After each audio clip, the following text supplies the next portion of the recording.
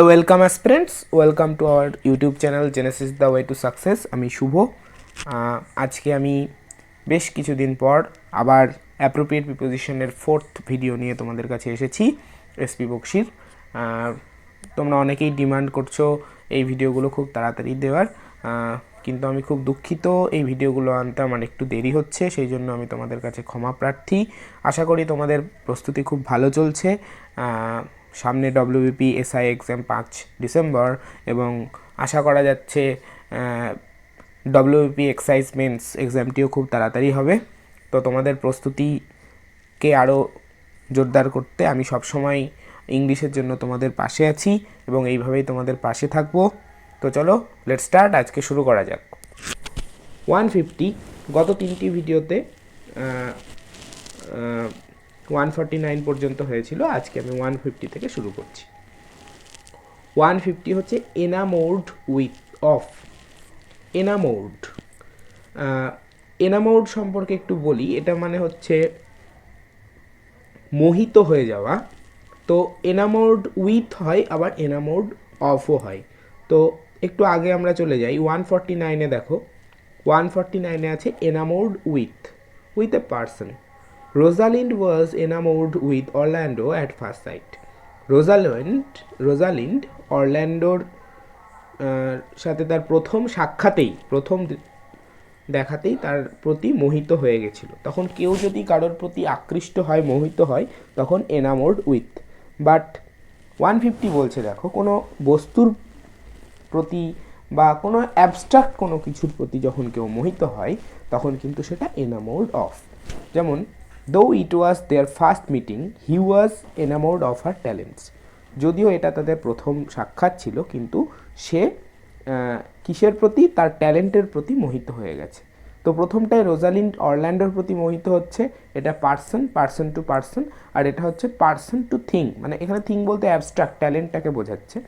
ঠিক আছে, তাহলে এনামোর্ড উইথ এ পার্সন। আর এনামোর্ড অফ বলতে যখন কোনো বস্তু বা কোনো অ্যাবস্ট্রাক্ট গুণাবলীকে বোঝাবে, তার প্রতি মোহিত বা আকৃষ্ট হওয়াকে বোঝাবে, তখন অফ হবে। ঠিক আছে, next 151 enrage at a thing or an act. Enrage মানে রাগান্বিত হওয়া। কোনো বস্তু বা একইভাবে কোনো অ্যাবস্ট্রাক্ট কোনো কিছুর প্রতি রাগান্বিত হওয়া, বা কোনো কাজের প্রতি বা কারো কোনো দুষ্কর্মের প্রতি রাগান্বিত হওয়া, সেটা হচ্ছে এনরেজ অ্যাট। যেমন the teacher was enraged at the student's insolence. মাস্টারমশাই রেগে গিয়েছিলেন ছাত্রটির অভদ্রতা দেখে। ঠিক আছে, তো এখানে এনরেজ অ্যাট, এখানে একটা অ্যাক্ট বোঝাচ্ছে ইনসোলেন্স, তো সেটার প্রতি রেগে যাওয়া বোঝাতে এনরেজ অ্যাট। কিন্তু কোনো মানুষের প্রতি বিরক্ত হওয়া বা কোনো মানুষের প্রতি রেগে যাওয়া তখন হচ্ছে এনরেজ উইথ। যেমন the teacher was enraged with the student for his insolence. একই রকম সেন্টেন্স, কিন্তু যখন টিচার ওই স্টুডেন্টের সাথে এনরেজ হচ্ছে তখন এনরেজ উইথ। আর যখন স্টুডেন্টের ইনসোলেন্সের বা স্টুডেন্টের অভদ্রতাকে ইন্ডিকেট করছে তখন এনরেজ অ্যাট। তাহলে দেখো enrage at the student's insolence, কিন্তু এখানে enraged with the student for his insolence. তাহলে এনরেজড উইথ দিলে প্রথমে পার্সন আসছে, আর এনরেজ অ্যাট দিলে প্রথমে কি আসছে? কোনো থিং বা কোনো অ্যাবস্ট্রাক্ট একটা অ্যাক্ট আসছে। ঠিক আছে, next exalt over 153। Exalt over enjoy bad sense, মানে আমরা যখন আনন্দ করি কোনো খারাপ সেন্সে বলতে একটি ডিরাগোটরি সেন্সে, মানে কাউকে উপহাস করে বা কাউকে খারাপ হতে দেখে যদি আমাদের আনন্দ হয় তাহলে হচ্ছে এক্সাল্ট ওভার। যেমন the spectators exalted over the defeat of Pakistani team. The spectator exalted over the defeat of Pakistani team. দর্শকরা মানে ভারতীয় দর্শকরা এখানে বোঝাচ্ছে যে পাকিস্তানি টিমের পরাজয় দেখে বেশ যেমন আনন্দ উপভোগ করছে, অর্থাৎ পাকিস্তানের পরাজয়টা তাদের কাছে অবশ্যই দুঃখের বিষয়, তো সেটা দেখে ভারতীয়রা ধরো আনন্দ পাচ্ছে, তখন হচ্ছে এক্সাল্ট ওভার। ঠিক আছে, এনজয়টা ব্যাড সেন্সে। আর পিওর এনজয় যদি বোঝাই তখন কিন্তু এক্সাল্ট অ্যাট। যেমন ধরো ভারতীয় দর্শকরা ভারতীয় দলের জয় দেখে নিশ্চয়ই পিওর আনন্দ উপভোগ করবে, পিওর এনজয় করবে, তো তখন এক্সাল্ট অ্যাট, তো the স্পেকটেটার্স exalted at the victory of Indian team. তাহলে যখন অন্য কারোর দুঃখে আমরা আনন্দ পাচ্ছি বা অন্য ব্যঙ্গাত্মক একটা সেন্সে আমরা আনন্দ পাচ্ছি, তখন সেটা এক্সাল্ট ওভার। আর যখন কোনো একটা টিমের ভিক্টরি বা নিজের প্রতি বা নিজের দেশের প্রতি কোনো একটা পিওর এনজয় উপভোগ করছি, তখন সেটা এক্সাল্ট অ্যাট। নেক্সট দেখো 155, এলিজিবল ফর এ পোস্ট, কোনো একটা পদের জন্য যোগ্য কিনা। Only graduates are eligible for the post, শুধুমাত্র গ্র্যাজুয়েটরাই এই পোস্টের জন্য এলিজিবল, যোগ্য। এটা খুব সহজ। ওকে, নেক্সট 156, ফ্যামিলিয়ার টু এবং ফ্যামিলিয়ার উইথ পরপর আছে। দেখো ফ্যামিলিয়ার টু মানে টু নো, কোনো কিছু জানা। His face is quite familiar to everyone, তার মুখটা সবার কাছে পরিচিত। তার মুখটা সবার কাছে পরিচিত মানে সবাই তাকে চেনে, সবাই তাকে জানে, সেই জন্য বলছে his face is quite familiar to everyone. But familiar with বলছে কোনো নলেজের সাথে, মানে কোনো পার্টিকুলার জ্ঞান সম্পর্কে যদি সে ওয়াকিবহাল হয় তাহলে বা সেটা জানে, তাহলে সেটা হচ্ছে familiar with. I am not very familiar with botanical names, আমি গাছের নাম সম্পর্কে খুব একটা পরিচিত বা সেই সম্পর্কে আমার কোনো বেশি জ্ঞান নেই। ঠিক আছে, ওকে। তাহলে ফ্যামিলিয়ার টু মানে হচ্ছে জানা বা চেনা, পরিচিত। আর ফ্যামিলিয়ার উইথ বলতে সেটা কি বোঝায়, সেটা বোঝাচ্ছে কোনো জ্ঞান সম্পর্কে বা কোনো নলেজ সম্পর্কে সেটা জানা কি সেটা জানে না, সেটা।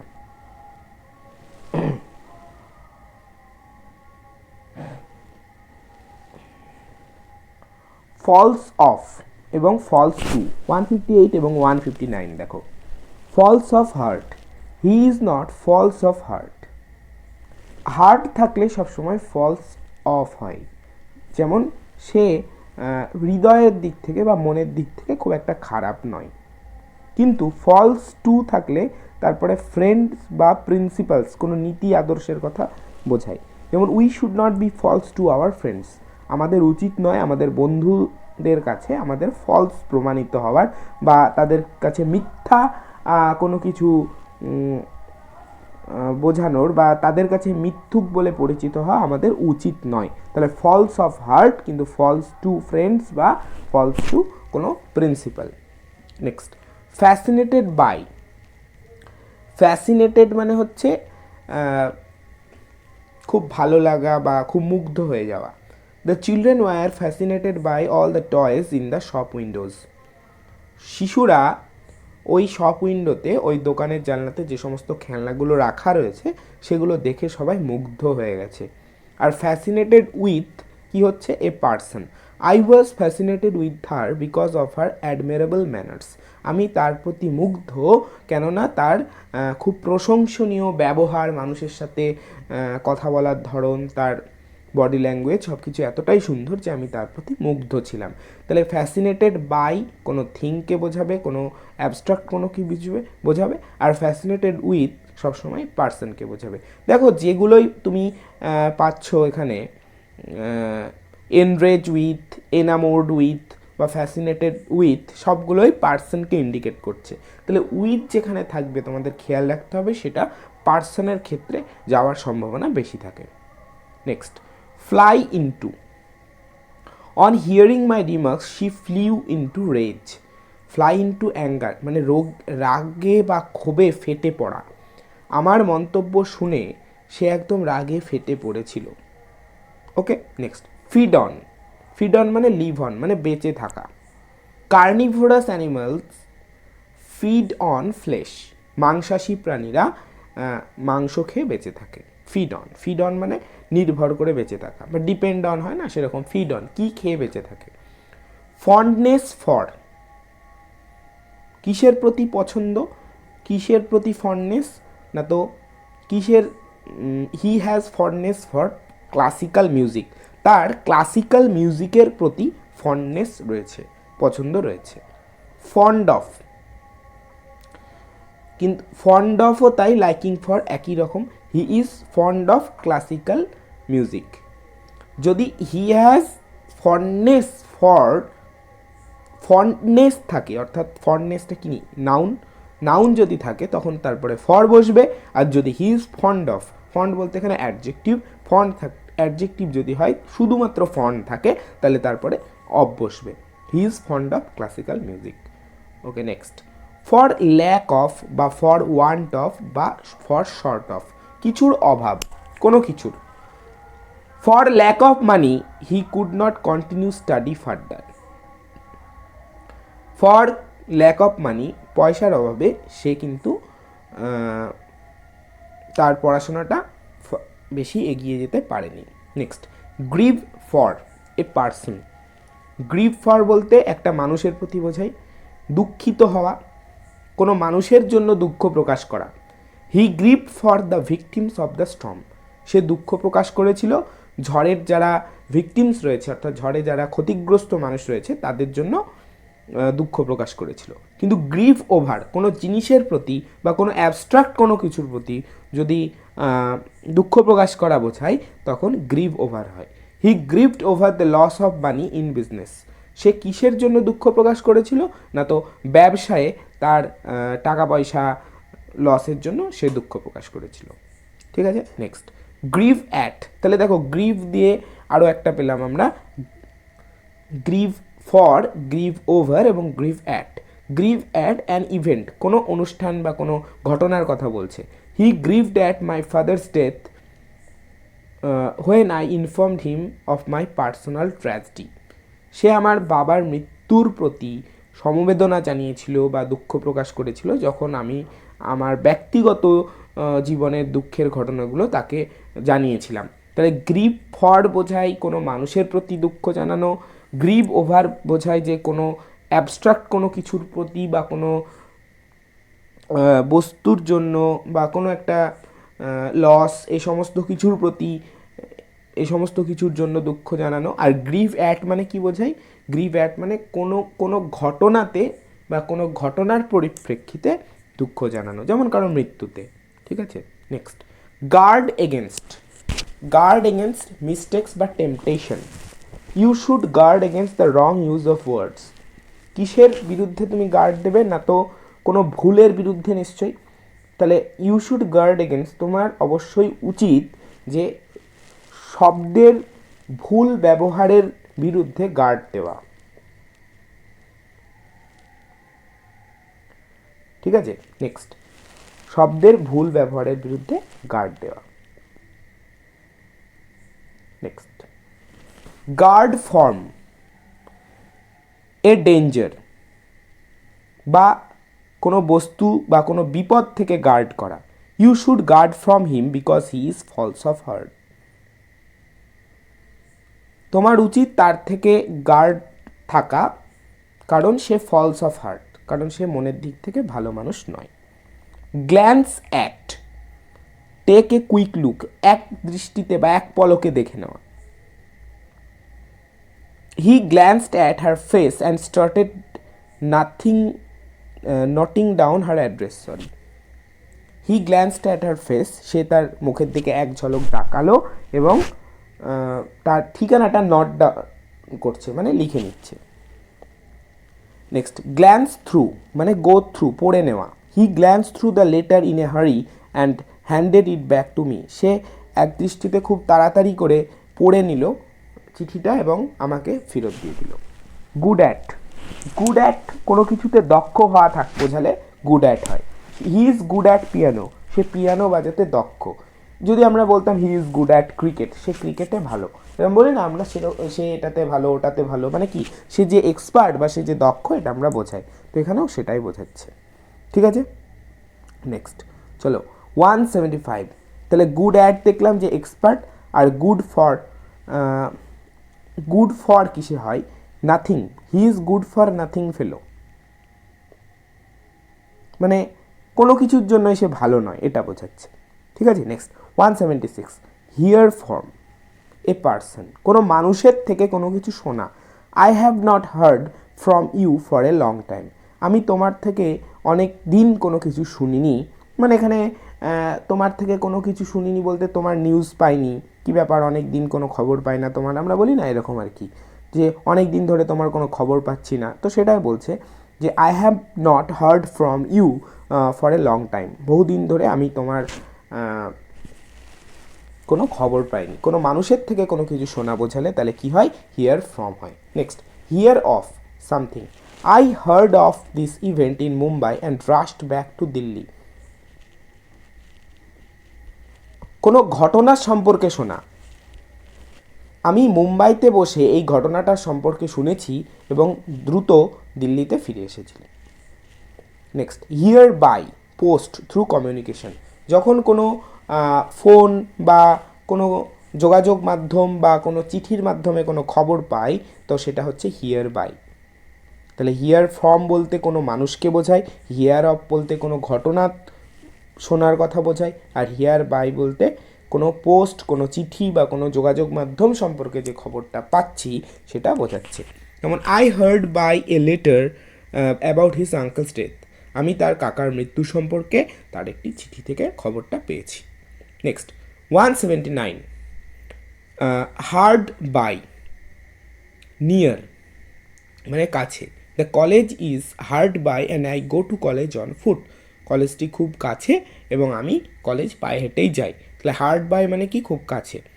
হার্ড আপ, হার্ড আপ মানে বোঝায় ফিনান্সিয়ালি টাইট, আর্থিকভাবে বেশ কষ্ট চলছে বা আর্থিকভাবে দৈন্যতার মধ্যে দিয়ে যাচ্ছে, এরকম বোঝালে হার্ড আপ হয়। He is hard up these days, সে আজকাল বেশ ফিনান্সিয়ালি টাইট কন্ডিশনের মধ্যে বা অর্থনৈতিক দৈন্যতার মধ্যে দিয়ে চলছে। নেক্সট, হ্যাঙ্কার আফটার মানে দৌড়ানো, ইঁদুর দৌড় বলে, রান আফটার বা hunger after.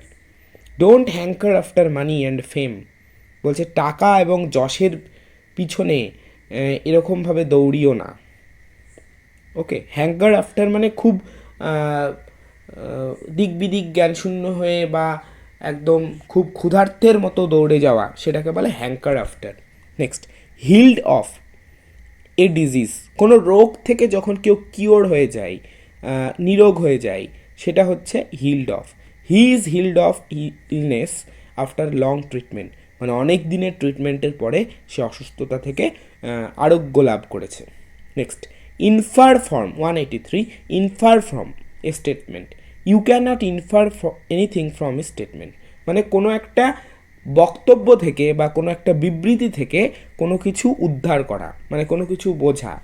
You can not infer anything from his statement, তুমি তার স্টেটমেন্ট থেকে কোনো কিছু জানতে পারবে না। Next, insight into 184, insight into reality বা সিচুয়েশন, কোনো একটা পরিস্থিতি বা বাস্তবতা সম্পর্কে অন্তর্দৃষ্টি দেওয়া। Wise persons have insight into the reality of life, জ্ঞানী মানুষরা জীবনের বাস্তবতা সম্পর্কে তাদের অনেক জ্ঞান রয়েছে।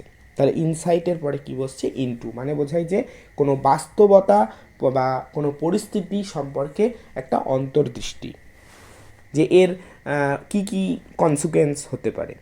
নেক্সট, 185, ইমপ্রেস আপন, the principal impressed upon the students the need of discipline.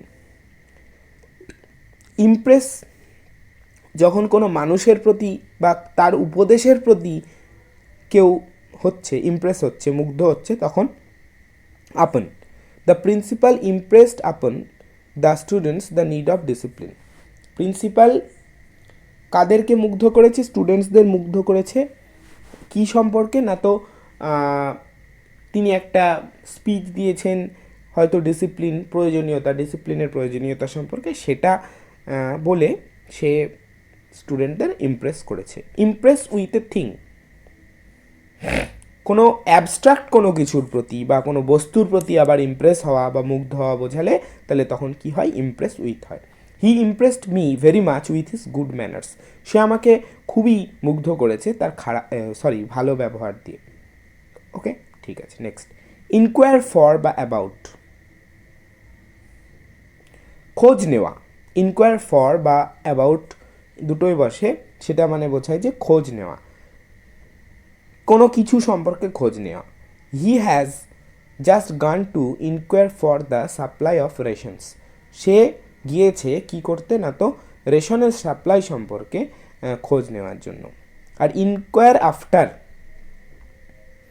মানে খোঁজ খবর নেওয়া বললে না বাংলায়, যেটা খোঁজ খবর নেওয়া, কিরে কেমন আছিস বা কেমন আছো, কেমন দিনকাল যাচ্ছে, শরীর কেমন আছে, এইগুলো হচ্ছে কারোর ভালো চিন্তা করে তার খবর নেওয়াটাকে হচ্ছে বোঝায় ইনকোয়ার আফটার। যেমন I ইনকোয়ার্ড after his father's health, আমি তার বাবার স্বাস্থ্যের খোঁজ নিচ্ছিলাম, যে কেমন আছে, কতটা উন্নতি হলো, মানে কারোর শুভ চিন্তা করে খোঁজ নেওয়া। Next, inquire of. Inquire of মানে কি? ইনকোয়ার অফ মানে হচ্ছে তোমার কোনো মানুষ সম্পর্কে খোঁজ নেওয়া। I ইনকোয়ার্ড of him the name of his father, আমি তাকে জিজ্ঞাসা করেছিলাম। ইনকোয়ার্ড অফ হিম, দেখো হিম আছে person, I ইনকোয়ার্ড of him the name of his father, তার বাবার নাম তাকে জিজ্ঞাসা করেছিলাম।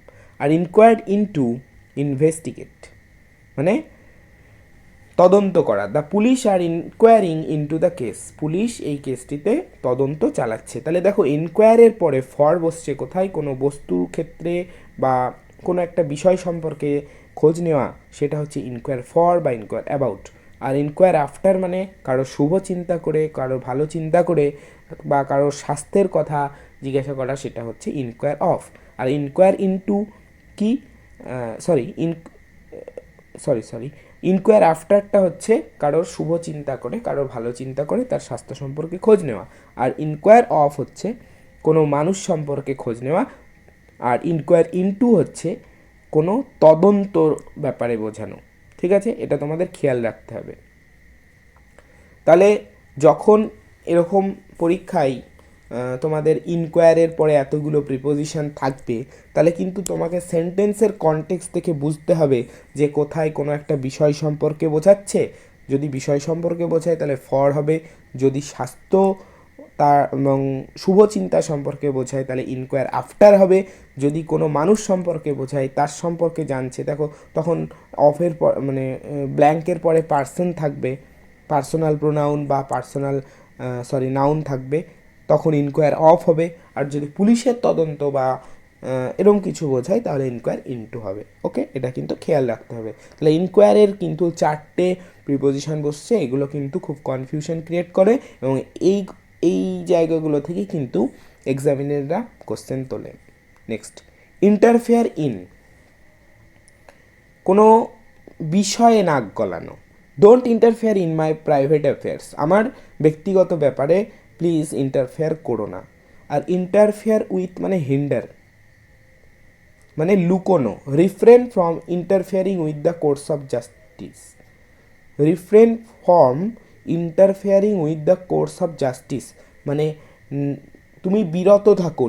রিফ্রেন মানে কি? বিরত থাকতে বলছে। কি থেকে? না তো ন্যায়ের বা জাস্টিস বা ন্যায় বিচারের সম্পর্কে যদি তুমি কোনো অপরাধ করে থাকো তাহলে তুমি বিচারের ভয় পাবে না। আর যদি তুমি অপরাধ করে থাকো তাহলে তুমি অবশ্যই কোনো ন্যায় বিচারের ভয় পাবে। তো সেই জন্যই বলছে যে refrain from interfering with the course of justice. ঠিক আছে, যে এই জায়গা থেকে তুমি বিরত থাকো, যে তুমি নিজেকে লুকিও না। নেক্সট, ইনভেস্ট উইথ মানে কি? Authority.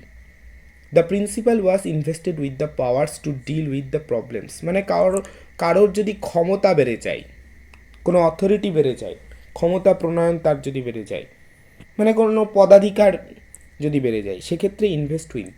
The principal was invested with powers to deal with this problem, প্রিন্সিপালকে এই ক্ষমতা দেওয়া হয়েছে যে সে এই সমস্যাটা মেটাবে।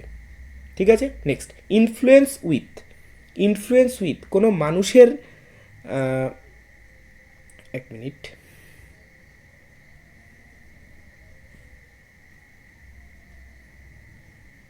নেক্সট, ইনফ্লুয়েন্স উইথ কোনো মানুষের ক্ষেত্রে বোঝালে ইনফ্লুয়েন্স উইথ বোঝায় কোনো মানুষের ইনফ্লুয়েন্স, অনুপ্রেরণা। He has immense influence with the police, তার পুলিশের প্রতি মানে পুলিশের উপরে প্রচুর ইনফ্লুয়েন্স রয়েছে। আর ইনফ্লুয়েন্স ওভার কখন হয়? অনেক মানুষের প্রতি বোঝাতে ইনফ্লুয়েন্স ওভার হয়। The PM has great influence over the people of tribal regions. পিএমের ট্রাইবাল রিজিয়ন্সের অর্থাৎ আদিবাসী এলাকার মানুষদের প্রতি গ্রেট ইনফ্লুয়েন্স রয়েছে কার? পিএমের। আর ইনফ্লুয়েন্স অন কোনো বস্তু বা কোনো অ্যাবস্ট্রাক্ট কোনো কিছুর প্রতি ইনফ্লুয়েন্স বোঝাতে influence on. The influence of books on young children is great. এই বইটির প্রভাব বা ইনফ্লুয়েন্স ইয়ং চিলড্রেনদের প্রতি, ছোট বাচ্চাদের প্রতি খুবই বেশি। নেক্সট 197, ইন্ট্রিউড ইনটু মানে ফোর্সিবলি, মানে বল সহকারে। He intruded into the room but was turned out. সে জোর করে ঘরে প্রবেশ করেছিল কিন্তু তাকে বের করে দেওয়া হয়েছিল। ইন্ট্রিউড ইনটু অর্থাৎ বল সহকারে বা জোর করে প্রবেশ করাকে বোঝাচ্ছে। আর ইন্ট্রিউড অন মানে প্রাইভেসি, মানে কারোর ব্যক্তিগত প্রাইভেসিতে যদি কেউ দখলদারি করে তাহলে সেটা হচ্ছে intrude on. Don't intrude on the privacy of anyone, বলছে কারোর প্রাইভেসিতে কোনো সময় ইন্ট্রিউড করা উচিত নয়। ঠিক আছে। আর নেক্সট ইন্টিমেট। ইন্টিমেট মানে ইন্টিমেটের পর উইথ বসে, বন্ধুত্বকে বোঝায়। She is intimate with my family. সে আমার পরিবারের সাথে একদম ইন্টিমেট, মানে একদম পরিবারের সাথে সবার সাথে খুব ভালো পরিচিত বা সবার সাথে বন্ধুর মতো। Next irritated at. He seems greatly irritated at my refusal. কোনো বস্তুর প্রতি বা কোনো অ্যাবস্ট্রাক্ট কোনো কিছুর প্রতি বিরক্ত হওয়াকে বোঝায় যে ইরিটেটেড অ্যাট, তখন অ্যাট বসে। He seems greatly irritated at my refusal.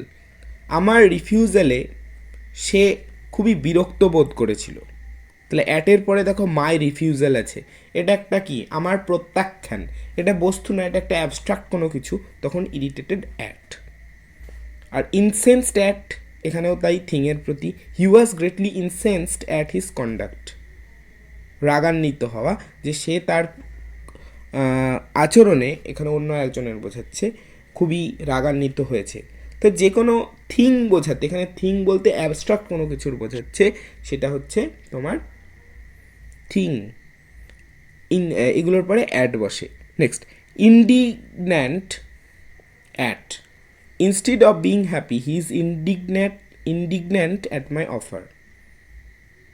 মানে মূর্ছা যাওয়া বা দুঃখ প্রকাশ করা বা খুব একটা উৎসাহ না দেখানো, তখন বসে ইন্ডিগন্যান্ট অ্যাট। যে খুশি হওয়ার বদলে সে আমার অফারে যেন একটু দুঃখ পেল বা একটু মুষড়ে পড়ল। ঠিক আছে। তাহলে যেখানে এরকম ধরনের এই ভার্বগুলো থাকবে, ইরিটেটেড, ইনসেন্সড, ইন্ডিগন্যান্ট, এবং তারপরে যদি কোনো অ্যাবস্ট্রাক্ট আইডিয়া থাকে, তাহলে সেখানে তোমরা কোন প্রিপোজিশন ইউজ করবে? অ্যাট প্রিপোজিশন ইউজ করবে। আর একটা জিনিস তোমরা দেখলে যে যেখানে পার্সন বোঝাচ্ছে, অর্থাৎ কিছু কিছু ভার্ব যেমন তোমার এই যে